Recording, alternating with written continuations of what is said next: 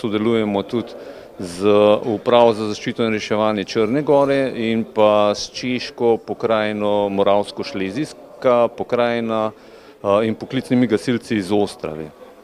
In kakšna predavanja se bodo zvrstile v teh 2 dneh, odkar mednarodna konferenca na Bledu v hotelu Astoria poteka?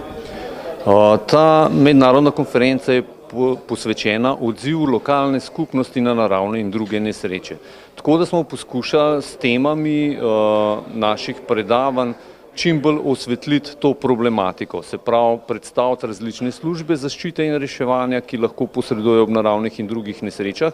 V današnjem dnevu se bomo pa posvetili analizi določenih večjih intervencij, ki so potekale v različnih okoljih, v različnih lokalnih skupnostih in prikazali, na kakšen način smo poskušali čim bolj uspešno rešiti te naravne nesreče. No, in na tej mednarodni konferenci sodelujejo tudi strokovnjaki iz drugih držav. V bistvu predavatelji te mednarodne konference prihajajo iz Češke, Črne gore, Slovenije, večina.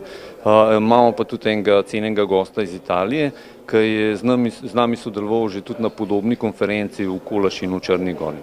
In zakaj odločitev pri gasilsko-reševalni službi v Kranju prav v tem času, ali ste se spomnili glede na to, da smo priča vsem sortam dogodkom, od naravnih nesreč, mogoče tudi neviht, poplav?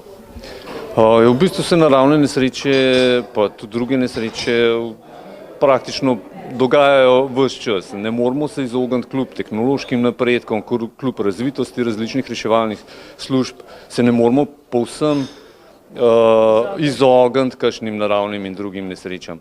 Tako da v bistvu je potrebna stalna pripravljenost in vsaka taka, bodisi preventivna akcija, kot je recimo ta projekt, katerega glavni namen je predvsem ozaveščanje prebivalcev in pa trening profesionalnih enot, ki se ukvarjajo z zaščito in reševanjem. Vsaka taka zadeva nekaj pripomore k večjemu procentu varnosti. Zdaj, da je konferenca ravno v tem času, je bolj odvisno bilo od strukture oziroma sestave samega projekta, ker projekt nam je predpisal cel kup različnih dejavnosti in ta kampanja v bistvu poteka zdaj že drugo leto, tako da s koncem letošnjega leta celoten projekt uspešno zaključujemo in če pogledamo odziv med prebivalstvom, odziv med institucijami, s katerimi smo sodelovali, mislim, da je relativno dober in da smo opravili dobro delo. Torej, da bo cilj nekako dosežen?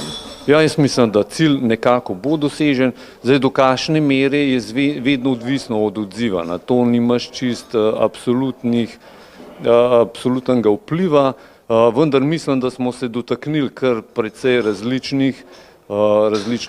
različne populacije, raznih ustanov, predvsem osnovnih šol, institucij v Kranju in pa tudi trening za poklicne gasilce na različnih področjih je dal nedvomno svoj uspeh. In kdo so udeleženci te mednarodne konference? Poskušali smo zajeti čim širši krog kompetentnih strokovnjakov, predvsem kot predavateljev, tako da pokrivamo in področje zdravstva in področje raznih enot za zaščito in reševanje.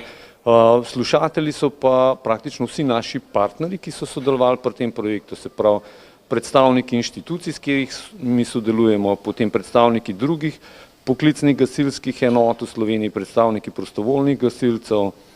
Probali smo zajeti čim širši krog tako poslušalcev kot predavateljev, kjer je zaščita in reševanje tako kompleksna zadeva, da je dobro probati najti čim širši forum.